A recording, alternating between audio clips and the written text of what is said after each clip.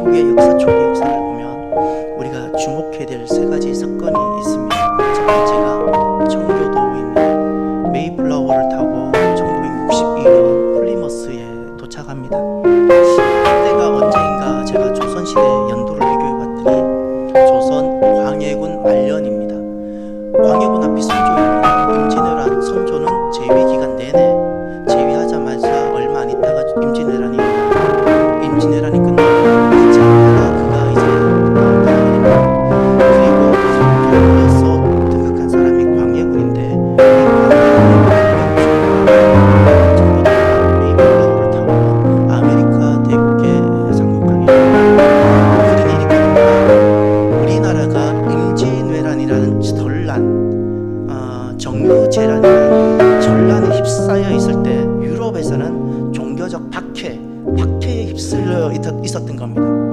가톨릭이 복음의 자유를 억압하였고 오늘 우리 그 기독교를 개성하고 있는 그 청교도와 여러 신앙의 많은 선진들을 박해를 했습니다. 유럽에서는 가톨릭이, 영국에서는 성공회가 박해를 했습니다. 그래서 많은 하나님을 찾는 백성들이 유럽에 사는 것은 나의 고향이고 본토요 친척이지만 나의 땅이지만 유럽에 사는 것은 신앙의 자유가 없는 노예의 땅이었기 때문에 그들은 그 자기가 나고 자란 그 땅을 떠나기를 주저하지 않았습니다. 그리고 두 번째, 미국의 역사를 볼 때 주목해야 될 역사가 하나 있습니다. 독립전쟁입니다. 1775년부터 8년간 전쟁을 합니다. 그리고 영국으로부터 독립합니다. 독립하는 중간에 독립선언서가 낭독되고 그리고 1783년 파리 조약이 체결되므로 영국으로부터 독립한 완전한 자주 국가가 됩니다. 이때가 언제인가 제가 우리나라 역사와 비교해봤더니 우리나라 정조대왕 시대입니다. 조선의 마지막 부분기였던 영종조 시대, 그 정조의 마지막 때 미국은 독립전쟁을 통해서 주권을 획득하게 됩니다. 이것은 단순한 주권이 아닙니다. 신앙과 자유에 대한 완전한 회복을 상징합니다. 근데 세 번째, 아주 아이러니하고 우리로 하여금 혼란에 빠지게 하는 역사가 바로 신앙의 자유를 찾아 떠났던 미국, 그리고 신앙과 자유의 완전한 회복을 획득한 미국 그 땅에서 세 번째 장면이 일어난 것이었습니다. 우리나라 정조대왕 끝나고 나서부터는 그 이후로 우리나라는 굉장히 외세의 영향을 받고 휘둘리는 아주 혼란의 시간에 들어가고 조선은 문을 닫게 되는 미국의 시간으로 가게 됩니다. 미국은 그 시간에 국가를 독립시킨 다음에 광활한 나라를 얻었습니다. 서부 개척 시대가 열렸습니다. 두 가지. 너무나도 가슴 아픈데 하나가 인디언 박사랍니다.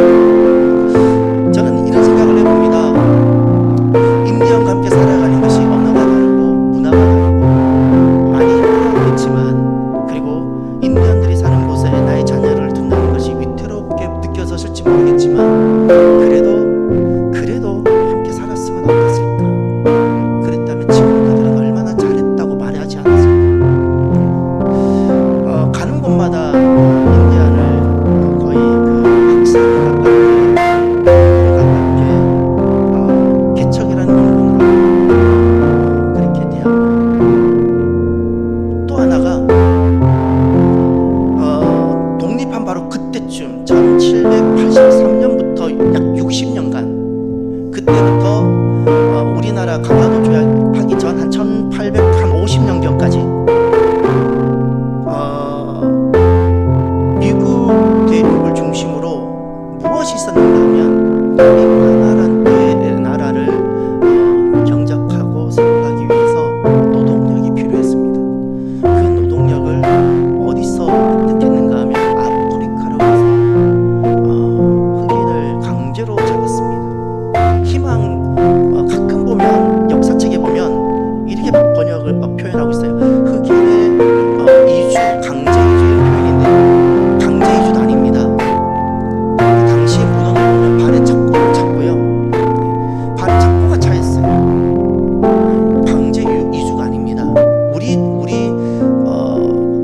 간도에 살던 분들이 강제 이주를 당한 건 강제 이주가 맞습니다. 그런데 아프리카에 살던 사람이 미 대륙에 간 것은 강제 이주가 아니라 포획이었습니다. 강제로 포획당했고 그 자리에서 거절한 사람은 그 자리에서 죽었고 수많은 사람들이 강제로 잡혀서 미 대륙에 가서 노예 상인에 의해서 팔렸고 그래서 미국 남부에 그들은 노예로 살기 시작했습니다. 참 아이러니한 것이 이겁니다. 자유를 얻기 위해서 싸우면서 왔던 그 땅이 누군가의 자유를 빼앗기 시작했고 또다시 노예의 땅으로 전락했다는 사실입니다. 자유는 한 번 획득한 것으로 그치지 않아요. 계속해서 우리가 싸워서 지켜가야 할 대상이라는 사실입니다. 어렸을 때 드라마 뿌리라는 텔레비전 미니 시리즈 참 인상적으로 제가 보았습니다. 그 당시 어렸을 때인데 무엇이 좀 어려웠는가 하면 텔레비전이 일단 흑백입니다.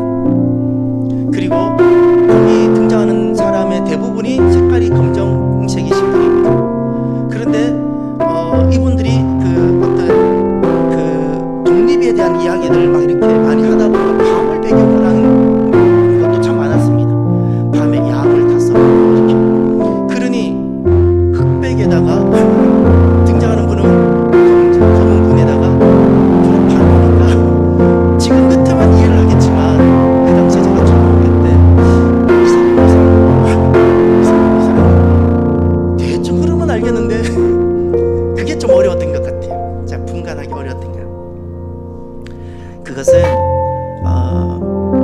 18세기 후반에서부터 19세기 중반까지 아프리카에서 흑인을 강제로 노예로 잡아왔던 것을 배경으로 하는데 그 드라마는 시리즈는 알렉스 헤일리라는 그분이 작가가 쓴 소설을 원작으로 합니다. 그런데 그것은 소설이 아니라 그 작가의 가족 이야기, 집안 이야기입니다. 실화입니다. 아프리카 기니가 고향이었던 이들이 쿤타킨테라고 등장하는 그 사람을 통해서 어떻게 잡혔고 어떻게 노예가 되었고 어떻게 탈출을 시도하다가 또 잡히고 그러다 어떻게 자유를 되찾아가는지를 기록하고 있는 보여주고 있는 소설이자 책이자 미니 시리즈였습니다. 거기에는 네 가지가 분명히 보입니다. 하나가 생존, 두 번째가 자유를 위한 투쟁, 세 번째가 가족과의 결속, 네 번째가 정체성을 찾는 여정. 그래서 제목이 뿌리인 겁니다. 정체성을 찾는 여정. 나는 누구이냐인 겁니다. 만약에 그것이 단순히 생존만의 스토리였다면 사람들은 오늘까지 그 소설이나 드라마를 찾지 않았을 겁니다. 오늘 우리가 생존만을 위해 살아간다면, 내가 생존만을 위해 살아간다면 그가 노예로 살든 성경에 등장하는 부자와 나사로에서 부자처럼 살아가든 내가 생존만을 위해 살아간다면 내 배로 들어가는 밥 한 끼 만족함을 위해 살아간다면 사실은 삶의 대부분을 상실한 채 살아가게 되는 존재가 될 겁니다. 삶이란 생존으로 다 설명이 안 됩니다. 생존은 참으로 중요한 겁니다. 목숨보다 귀한 것이 있겠습니까? 그런데 인생의 삶이란 생존에 멈추지 않습니다. 생존, 먹고 사는 것에 멈추는 삶을 동물이라고 합니다. 그들의 최고의 가치는 먹는 것입니다. 사람의 인생의 삶이라는 것은 먹고 사는 것이 아주 필요합니다. 그런데 아무리 배고파도 사람은 그 너머를 추구하게 됩니다. 아무리 배불러도 사람은 그걸로 만족하지 않게 됩니다. 삶이란 생존을 넘어 또 다른 가치가 있습니다. 그래서 북녘 땅에 지나갈 신앙의 자유를 찾아서 내려오지 않았습니다. 만약에 오늘날 내가 신앙의 자유를 다 잃어버린 채 북녘 땅에서 웬만큼 밥 먹고 살아간다면 그것을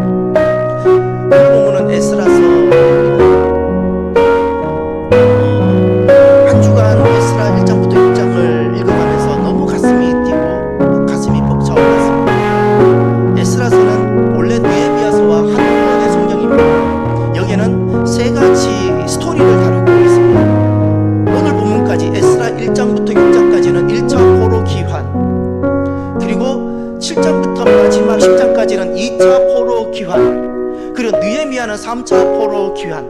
1차 포로의 주제는 성전 회복. 에스라 7장부터 되는 2차 포로 귀환의 주제는 말씀 회복. 3차 포로 귀환의 주제는 성벽 회복. 성전 회복이라는 것은 단순히 종교적 상징인 어떤 건물을 건축했다는 뜻이 아닙니다. 이 땅에 사람들이 힘을 모아 건물을 하나 지었다는 뜻이 아닙니다. 하나님을 찾는다는 뜻입니다. 하나님을 찾고 하나님을 향하고 하나님 중심의 그 신앙을 되찾고 회복한다는 뜻인 겁니다. 말씀 회복, 말씀이 회복되기 때문에 에스라 때 종교 개혁이 일어나는 겁니다. 사람이 저마다 다 자기 생각, 자기 가치관으로 살아가다가 그래서 자기가 펼쳐내는 세계가 있는데, 그러던 사람이 말씀을 순종하며 말씀을 수행하며 하나님 말씀 속으로 들어오면 그때부터 하나님이 펼쳐내주는 새로운 세계를 보게 되는 겁니다. 그래서 삶이 변혁되어지고 생각하는 것이 달라지고 인생을 보는 것이 달라지고 물질을 보는 것이 달라지고, 그래서 개혁이 일어나는 겁니다. 철저하게 개혁은 말씀에 기초합니다. 성벽 회복이라는 것은 우리가 하나님 중심, 말씀 중심의 이 삶을 지키고 보호하는 환경을 말합니다. 생태계. 항상 도전과 위협이 있으니까 그것을 지켜가는 거룩한 공동체를 만들어가는 것을 말하는 겁니다. 이제 우리는 질문을 한번 들어보면 좋겠습니다. 바벨론에서 이들은 왜 돌아왔을까요? 오늘 우리들은 이 바벨론에서 돌아오는 것을 마치 명절이면 한 번씩 고향 가는 고향 방문, 또 뭐 그런 또 연어가 이렇게 알을 낳기 위해서 자기가 태어난 곳으로 올라가는 뭐 회귀 현상, 이렇게 이해하는 경향이 있을 수 있습니다. 전혀 그렇지 않습니다. 정말 이들이 고향이니까 왔을까요? 이미 1차 돌아올 때가 이미 70년입니다. 성전이 무너지고 포로가 되어서 잡혀간 지 70년이 지났어요. 한 살에 포로된 사람이 70세가 되었다는 겁니다. 대부분 1세대는 그 땅에서 다 돌아가셨을 겁니다. 대부분 다 돌아가셨을 겁니다. 거의 대부분이 바벨론에서 태어난 2세대, 3세대입니다. 그들은 왜 돌아왔을까요? 생존 문제였을까요? 이들은 이미 바벨론에서 태어난 사람들이기 때문에 이들은 돌아와서 이스라엘에 적응하는 것이 힘들지, 그들은 이미 바벨론 언어를 쓰고 바벨론 문화에 익숙한 사람입니다. 생존 문제를 다룬다면 그들은 오히려 그 땅이 더 좋았습니다. 이미 현지는 다 적응이 되었습니다. 현지 생존 얼마든지 가능합니다. 오히려 예루살렘을 생각하면 이곳에서 내가 어떻게 생존해야 될지 답이 나오지 않았을 수 있었을 겁니다. 더구나 돌아오는 길은 그냥 편안하게 우리가 여행 가듯이 도시락 하나 들고 갈 수 있는 길이 아닙니다. 너무나도 엄청난 위험이 도사리는 길입니다. 짧은 거리가 아닙니다. 하루 이틀 일주일 열흘 걸어서 올 수 있는 길이 아닙니다. 한 달 두 달을 걸어야 올 수 있는 엄청난 거리입니다. 그런데 여기에는 강도와 도적대가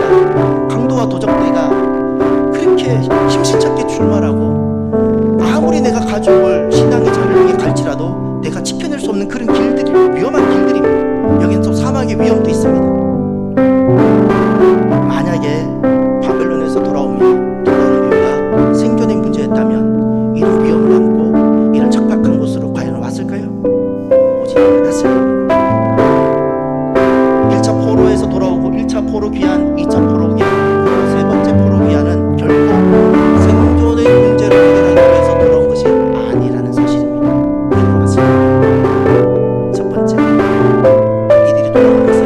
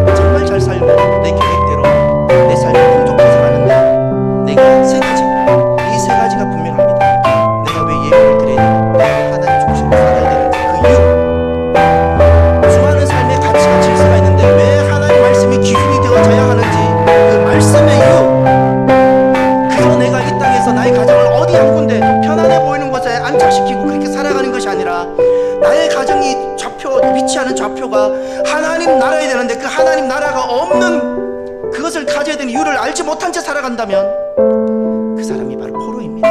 그것이 바로 노예입니다. 세상의 노예가 된 모습. 그래서 믿음의 선진들은 이 신앙의 자유를 위해 참으로 많은 대가, 값비싼 대가를 지불해 가면서 길을 떠났습니다. 저는 갑바도기아 성도들을 생각하면 지금 또 눈물이 나려갑니다. 오늘날은 그 열기구를 타기 위해서 사람들이 관광지로 찾아가는 그 갑바도기아 한번 걸어서 가보시겠습니까? 그곳을 걸어서 한번 가보십시오. 지난날 성도들은, 갑바도기아 성도들은 그곳에 가서 한번 농작물을 심으려고 땅을 한번 보십시오. 심을 수 있는, 더구나 그것도 집 표면에 집을 짓지도 못하고 땅속으로 들어갔어. 그렇게 살았던 그들이 그곳에 간 것은 생존을 위해서가 아닙니다. 생존을 위해서였다면 적절하게 타협하고 그들은 얼마든지 하나님을 버리지 않는 것처럼 세상에서 나름 잘 살 수 있었을 겁니다. 그것을 원했던 것이 아니라 신앙의 완전한 자유를 원했던 겁니다. 내가 원하는 만큼 말씀이 기준이 되어지고 하나님 나라 공동체, 하나님 나라, 그날에 보게 될 그 하나님 나라를 이 땅에서 보고 싶었습니다. 그래서 그들은 값비싼 대가를 지불하며 걸어서 이렇게 그 자리가 갑바도기아입니다. 청교도들은 그렇게 시작이 됐고, 오늘 우리들이 또 누구를 만나고 있는가 하면 바벨론 성도들입니다. 이들은 생존을 위해서 지금 돌아오는 것이에요. 값비싼 대가를 지불하고 바벨론에서 태어난 2세 3세들이 하나님 중심의 삶을 살고자 신앙의 자유 그 깃발 한 가지만 들고 말로만 듣던 그 예루살렘, 한 번도 가보지 않았던 그 예루살렘을 향해 하나님 그 중심 하나를 세우고자 그들은 값비싼 대가를 지불하고 지금 돌아오고 있는 겁니다. 왜 사람은 신앙의 자유가 있어야 생존의 가치가 있을까요? 성경에 기업이란 단어가 있습니다. 일반 회사도 기업이란 단어를 쓰니까 우리는 혼돈이 일어나는데, 성경에서 기업이란 단어를 쓸 때는 그 기업은 결코 빼앗겨서도 잃어버려서도 안 되는 가치를 설명할 때 주님께서 쓰셨던 단어가 기업입니다. 그래서 만약에 나의 친척 중에 누군가가 이 기업을 잃어버리면 가장 가까운 근족이 자기의 모든 비용을 다 들여서라도 그 땅을 되찾아주고 다시 그 집으로 이어주게 해줘야 되는 겁니다. 왜냐하면 사람은 살아가다 보면 다양한 일들이 일어나는데 기업을 잃어버리게 되는 위태로운 상황들도 누구나가 경험할 수 있기 때문에 옆에서 반드시 그 땅을 빼앗기지 않도록 지켜주는 겁니다. 기업은 딱 두 가지를 말씀하셨어요. 하나님이 줄로 지어주는 땅이 기업이라고 말씀하셨고, 자녀, 가정을 기업으로 말씀하셨습니다. 살아가면서 하나님께서 주신 것을 잃어버리고 하나님이 주신 것을 내가 누리고 함께하는 그 자유를 잃어버린 채 살아간다는 것은 생존의 의미가 있는 겁니다. 그래서 신앙의 자유가 있어야 생존의 의미가 있는 것입니다. 그리고 두 번째, 이들은 오늘 돌아옵니다. 바벨론 성도들이 돌아옵니다. 오늘 우리가 보고 있는 말씀은 1차 포로 기환입니다. 이 1차에 돌아온 스룹바벨과 돌아온 성도들은 하나님 중심을 회복하고자 하나님을 찾는 사람들이 돌아왔습니다. 두 번째, 이들은 왜 돌아왔을까? 신앙의 자유를 쉽게 그리고 자연스럽게 획득하지 않았습니다. 오늘 이들이 에스라 6장에 드디어 성전을 완공합니다. 감격스러운 본문입니다. 그런데 이것은 제2성전이라 합니다. 솔로몬이 건축한 성전은 제1성전, 그리고 제2성전은 바로 이 스룹바벨이 건축한 성전이고, 제3성전은 아직 건축되지 않았습니다. 헤롯이 손을 본 성전은 건축이 아니라 리모델링 정도입니다. 그래서 헤롯은 성전을 건축했다 말하지 않습니다. 현재 이 땅에는 2번 성전이 건축되었고, 마지막 세 번째는 주님이 오실 때 한번 건축이 된다는 이게 예언이 있었습니다. 오늘 이 성전은, 제2성전은 제1성전인 솔로몬 성전에 비하면 너무 초라해 보이고 너무 성전 같아 보이지 않고 너무 작아 보이는 성전입니다. 그런데 이것이 이렇게 작고 초라함에도 불구하고 신앙의 자유를 위한 이 여정이 너무 쉽고 자연스럽게 되지 않습니다. 성경을 잠깐 보겠습니다. 에스라 1장을 돌아가 보십시오. 왕이 칙령을 내려서 성전 건축을 명합니다. 1장 2절 다사왕 고레스는 말하노니 하늘의 하나님 여호와께서 세상 모든 나라를 내게 주셨고 나에게 명령하사 유다 예루살렘의 성전을 건축하라. 3절 중반절 너희 중에 그의 백성된 자는 다 유다 예루살렘으로 올라가서 이스라엘의 하나님 여호와의 성전을 건축하라. 그의 백성된 사람은 하나님께로 돌아가라는 겁니다. 건물 하나 지으라는 것이 아닙니다. 이 땅에 바벨론에서 나고 자란 사람 중에 하나님 백성들은 하나님께로 돌아가시라는 겁니다. 하나님께로 돌아가라. 하나님께 돌아가라. 하나님 중심의 삶을 펼쳐내라는 겁니다. 그것이 성전 건축이고 그렇게 시작된 사람들이 1차 포로 귀환입니다. 그런데 4장으로 한번 가보십시오. 4장에 가면 1절에 유다와 1절 하반절 유다와 베냐민의 대적이 있고 대적이란 단어가 보입니까? 성전을 건축하는데 대적이란 단어가 보입니다. 그리고 4절을 보십시오. 이로부터 그 땅 백성이 유다 백성의 손을 약하게 하여 그 건축을 방해하되 성전 건축 하나님 중심의 삶이 펼쳐지지 못하도록 방해합니다. 그리고 5절 하반절을 보십시오. 관리들에게 뇌물을 주어 그 계획을 막습니다. 이런 일들이 있었습니다. 그리고 4장 21절 이제 너희는 명령을 전하여 그 사람들에게 공사를 그치게 하여 그 성을 건축하지 못하게 하고 내가 다시 조서를 내리기를 기다리라. 아닥사스다 왕이 다시 조서를 내려서 성전 건축을 중지시킵니다. 그래서 리더가 누군가에 따라 참 중요합니다. 너무나도 중요합니다. 고레스가 칙령을 내렸지만 아닥사스다에 의해서 성전 건축이 중지가 됩니다. 그리고 6장으로 돌아가십시오. 6장으로 가시면 오늘 본문입니다. 1절에 다리오 왕이 나오죠. 조서를 내립니다. 6장 6절부터가 다리오 왕 조서 내용입니다. 7절을 보시면 그 한 절만 보겠습니다. 하나님의 성전 공사를 막지 말고 유다 총독과 장로들이 하나님의 이 성전을 제자리에 건축하게 하라. 그리고 내용이 쭉쭉쭉쭉 나옵니다. 다리오 때 다시금 성전 건축이 재개가 됩니다. 그리고 오늘 본문에 돌아가시면 14절을 보십시오.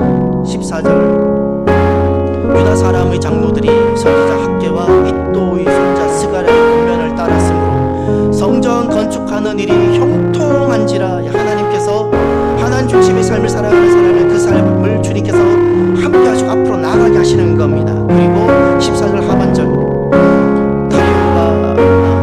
고레스와 다리오와 아닥사스다의 조서를 따라 성전을 건축하며 일을 끝내되 16절 이스라엘 자손과 제사장들과 레위 사람들과 기타 사로잡혔던 자의 자손이 즐거이 하나님의 성전 봉헌식을 행하니. 22절 마지막을 보십시오. 즐거움으로 이랫동안 무교절을 지켰으니 이는 여호와께서 그들을 즐겁게 하시고 또 아수르 왕의 마음을 그들에게로 돌려 이스라엘의 하나님이신 하나님의 성전 건축하는 손을 힘있게 하도록 하셨음이었더라. 온통 즐거움과 하나님께서 힘을 있게 해주시는 그런 은혜를 베풀어 주셨습니다. 쉽지 않았습니다. 초라한 성전이지만 쉽지 않았습니다.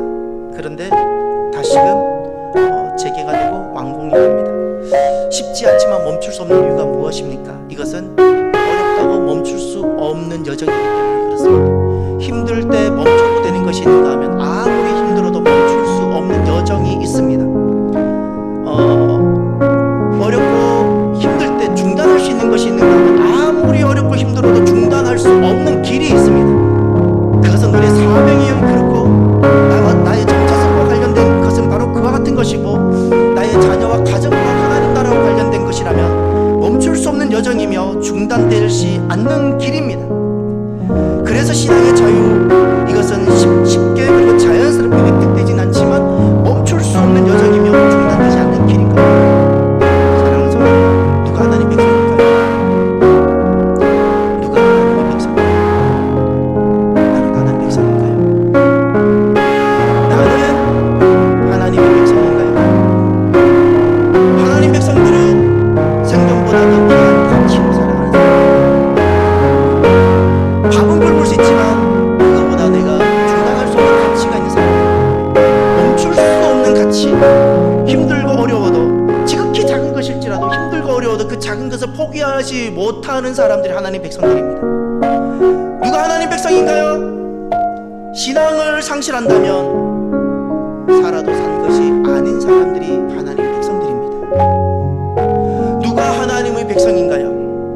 신앙의 자유 안에 나 자신과 자녀와 가정을 위치시키고 살아가는 사람이 하나님 백성입니다.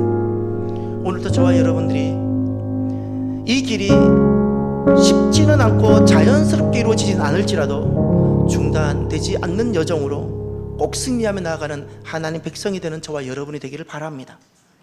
끝으로 세 번째, 이들은 돌아옵니다. 왜 돌아왔을까요? 하나님 백성은 팥죽 한 그릇 팥죽보다 신앙의 자유를 더 가치 있는 것으로 여기기 때문입니다. 한 그릇 팥죽보다 신앙의 자유를 더 가치 있는 것으로 여깁니다. 그래서 돌아옵니다. 에서를 기억하시죠? 오늘 꼭 에서의 말씀 하나 보셔야 됩니다. 창세기 25장으로 돌아가 주십시오. 창세기 25장입니다. 성경을 꼭 찾으십시오. 말씀 한 구절이 나를 변화시킵니다. 화려한 수사하게 나를 변화시키는 것이 아니라 좋은 메시지가 나를 변화시키는 것입니다. 하나님 말씀이 내 마음에 꽂혔을 때 그 말씀이 나를 바꾸는 겁니다. 창세기 25장 가셔서 32절을 찾으십시오. 에서가 이르되 내가 죽게 되었으니 이 장자의 명분이 내게 무엇이 유익하리요? 장자의 명분이 나오죠. 장자의 명분이란 하나님의 약속, 주님께서 약속하신 바, 주님으로부터 비롯되어진 사명, 기업, 바로 그와 같은 것들입니다. 그와 같은 것을 지금 장자의 명분이라고 표현하고 있는 겁니다. 위로부터 임한 것들입니다. 이것을 우리는 신앙이라고 말하는 겁니다. 그런데 34절을 보십시오. 야곱이 떡과 팥죽을 에서에게 주매 에서가 먹으며 마시고 일어나 갔으니 에서가 장자의 명분을 가볍게 여김이었더라. 하나님으로부터 주어진 약속, 하나님의 기업, 하나님의 말씀, 하나님의 은혜, 하나님의 구원 가볍게 팥죽 한 그릇보다도 가볍게, 팥죽 한 그릇보다도 가볍게. 팥죽을 먹을 수 있다면 이거 내려놓을 수 있다는 겁니다. 팥죽을 먹을 수 있다는.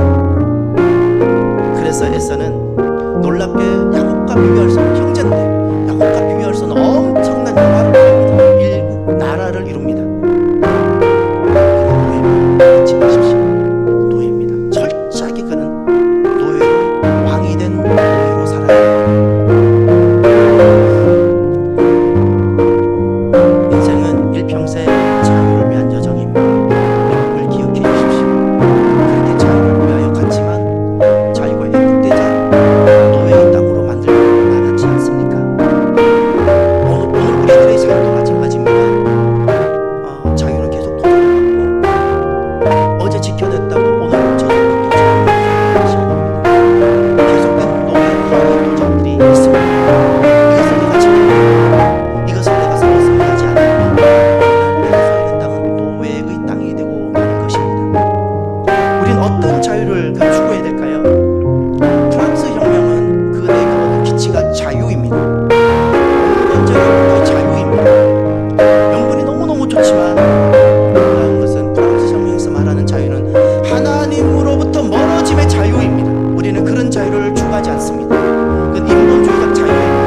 오늘 우리들이 바라는 것은 우리들이 값비싼 단가를 지불해서라도 오늘 우리들이 중단할 수 없는 길로 가야 되는 그것은 신앙적 자유입니다. 하나님을 찾고 하나님께 나오며 하나님께 속하기 위해서 나아가는 그 신앙적 자유, 신앙적 자유, 오늘 우리들은 그것을 가치 있게 여깁니다.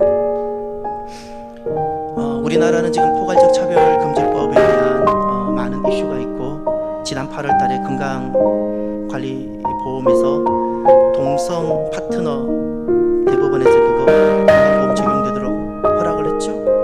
대법원에서 판결이 내려졌습니다. 보통 유럽이나 미국에서 보면 이렇게 먼저 전조 증상이 있고 1년 반에서 2년 사이에 그 땅에 포괄적 차별금지법이 제정이 되곤 했습니다. 그래서 우리가 지금 얼마 남지 않은 시간, 우리 흔히 골든타임이라고 부르죠. 이것 때문에 6.25 이후 한국교회가 처음으로 연합을 해봅니다. 참 연합이 잘 안 되는 한국교회인데, 교단만 떠나면, 교단 안에서도 잘 연합이 안 되지만 교단의 벽은 너무 높아서 연합이 안 되는데, 이번에 처음으로 교단의 벽이 허물어지고 교회를 살리고 신앙의 자유를 지키고자 연합이 이루어졌습니다. 아주 짧은 시간에 연합이 이루어졌습니다. 저는 이것이 기적이라고 생각합니다. 하나님의 은혜라고 생각합니다. 절대 한국교회는 잘 연합이 안 되는데 연합이 되고, 이번에 이것을 두고 기도하자고. 미스바 광장에 모인 것처럼, 누가 미스바 광장에 모인 것을 정치적 집회라 말을 합니까? 미스바 광장에 가서 이 신앙적 자유를 지켜가야 합니다. 우리 윗대는 오늘 우리들에게 이 신앙의 자유를 주었지 않습니까? 포괄적 차별금지법이 딱 제정되고 나면 학교에서는 더 이상 기도 못합니다. 미국이 신앙으로 시작된 나라이지만 기도 못합니다. 성경 못 가르칩니다. 그럼 기독교 사학은 가능할까요? 불가능합니다. 기독교 사학도 다 정부의 권한 속에 들어가서 영향을 받습니다. 예수님을 전혀 알지 못하는 교사를 강제로 채용하게 됩니다. 교사가 누군가에 따라 학생은 영향을 받는데, 전혀 기독교 사학이고 정부의 재정이 1억도 들어오지 않을지라도 정부는 그것에 통제합니다. 이것이 실제입니다. 우리는 이미 우리나라에는 수많은 차별금지법, 구체적으로 18개가 있음에도 불구하고 왜 포괄적 차별금지법을 해야 하는지 질문을 해야 합니다. 지금 동성애하는 사람들이 차별을 받습니까? 누가 그분들을 차별합니까? 그런데 오늘 우리들은 질문을 해야 합니다. 포괄적 차별금지법을 누구를 위해 사는 거죠? 왜 하는 거죠? 왜 하는 거죠? 포괄적 차별금지법이 이루어지면 두 가지는 고사가 됩니다. 가정과 교회, 신앙의 자유는 잃어버리게 될 겁니다. 여러분들이나 저는 일단은 신앙은 잃어버리진 않을 겁니다. 예배 형태가 달라지고 이제 우리도 길거리에 복음을 전하지 못하고, 저는 이런 플래카드 걸지 못할 것이고, 오직 예수 전하지 못하고 오직 예수 말하면 차별이 되니까 우리는 우리 나름대로 신앙생활을 할지라도 문제는 다음 세대가 교사된다는 사실을 기억하십시오. 다음 세대는 우리처럼 신앙의 양육을 못 받을 겁니다. 말씀을 마무리하면서 저는 그런 생각이 듭니다. 제게도 남은 시간이 있겠지요. 나는 어떤 길을 갈 것인가를 생각해 봅니다. 여러분들께서도 어떤 길을 걸어가시겠지요? 저는 자유 그 길을 가고 싶습니다. 자유 그 길을 가고 싶습니다. 조금 가난할지라도, 조금 어려울지라도 저는 자유를 가고 싶습니다. 자유로운 길을 가고 싶습니다. 하나님이 계시는 그곳, 하나님을 찾는 그 길을 가고 싶습니다. 저는 강곡하게 사랑하는 여러분들에게 부탁합니다. 삶을 꼭 이렇게 사시고 하나님 중심이 꼭 되도록 하십시오. 정말 왜 성경 건축 그것이 중요한가? 건물을 세운 것이 아니라 하나님을 찾고 하나님께 돌아왔다는 뜻입니다. 하나님 중심으로 살아가십시오. 말씀 중심이 되셔야 됩니다. 꼭 말씀 중심. 사람은 반드시 어떤 가치관을 가지고 결정하고 선택하는데 그것이 하나님 말씀이 되어져야 합니다. 자녀를 길러도, 내가 돈을 사용해도, 시간을 관리해도 그것이 하나님 말씀, 언약의 말씀이 기준이 되어져야 합니다. 이렇게 살아가면 한 가지 더 말씀, 세 번째를 좀 잊어버려요. 이렇게 살아가면 우리는 내 신앙을, 사명을 다했다 생각하지만 아니요, 세 번째가 너무 중요합니다. 성벽을 지어주십시오. 이 하나님 중심, 말씀 중심의 이 삶을 펼쳐낼 수 있는 환경을 지켜주어야 합니다. 그래서 느헤미야가 3차 때 돌아오는 겁니다. 너무 중요합니다. 이 땅이 언제까지나 자유와 신앙의 땅이라고 기도해 주셔야 되고요. 지켜해 주셔야 하는 겁니다. 대한민국은 그저 우연히 어느 날 태어난 나라가 아닙니다. 하나님의 계획 가운데 마지막까지 하나님께서 귀하게 복음의 나라로, 민족으로 쓰시려고 특별히 예배하셨다가 오늘을 세운 나라입니다. 우리가 반드시 신앙의 자유가 유지되어지고 우리가 이걸 지켜줘야 합니다. 우리는 우리만을 위해서 아닙니다. 온 열방 선교를 감당하기 위해서 이 땅은 선교지가 되면 안 됩니다. 이 땅이 선교지가 되지 않고 이 땅이 하나님 나라가 되도록 지켜주시길 바랍니다. 오늘 말씀을 마무리하면서 오늘 이 찬양을 함께 불렀으면 좋겠습니다. 주님이 주신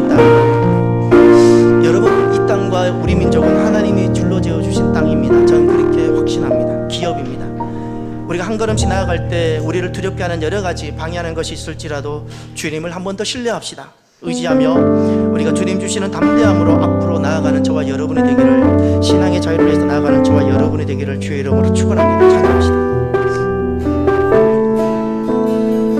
주님이 주신 땅으로 한 걸음씩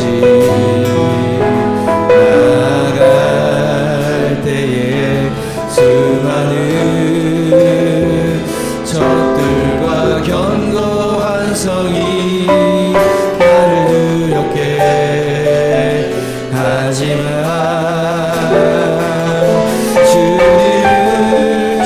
주님을 신뢰함으로